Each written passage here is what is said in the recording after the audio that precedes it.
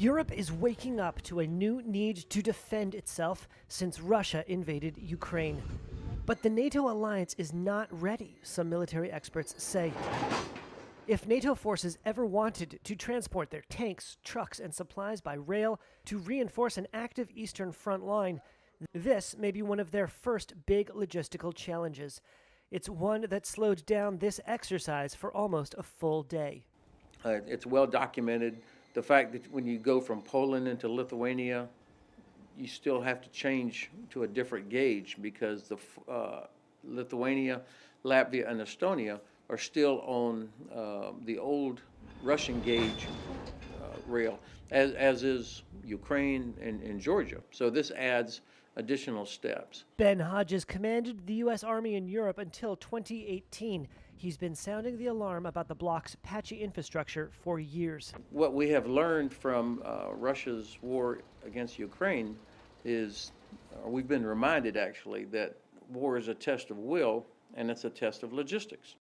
We do not have enough transport capacity or infrastructure that enables the rapid movement of NATO forces across Europe. The Deutsche Bahn, which all of us depend on, specifically DB Cargo, has enough rail cars to move 1.5 armored brigades simultaneously at one time. That's it. After 25 years of fighting military conflicts abroad, Hodges says NATO suddenly needs to show it can respond to a threat anywhere along its own borders. The potholed roads of the bloc's eastern members could present another obstacle to rapid deployment.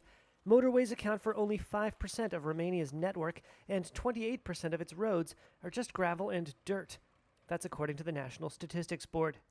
We've also discovered through exercises over the last few years that the further east you go, it becomes more difficult because the infrastructure is not as robust or redundant.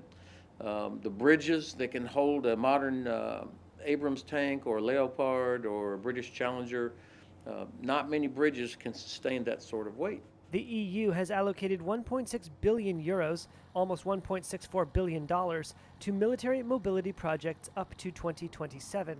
Hodges calls that sum, quote, inadequate. Poland, meanwhile, which fears it could be the next target of Russian aggression, is working hard to improve its infrastructure. A $6 billion high-speed rail track is slated to connect Warsaw with the Baltic capitals by 2030, although only $1.2 billion has been allocated so far. It's part of a much bigger $36 billion effort by Poland to improve civilian and military mobility across Central Europe, known as the Solidarity Transport Hub. Hundreds of miles of railways and expressways and new bridges are planned. That development, at least, is welcomed by the former U.S. Army commander. I think there is a heightened sense of urgency because of, we've all been awakened now by the threat of what Russia is doing. And this is not an academic thing or just a debating topic now. That this is real.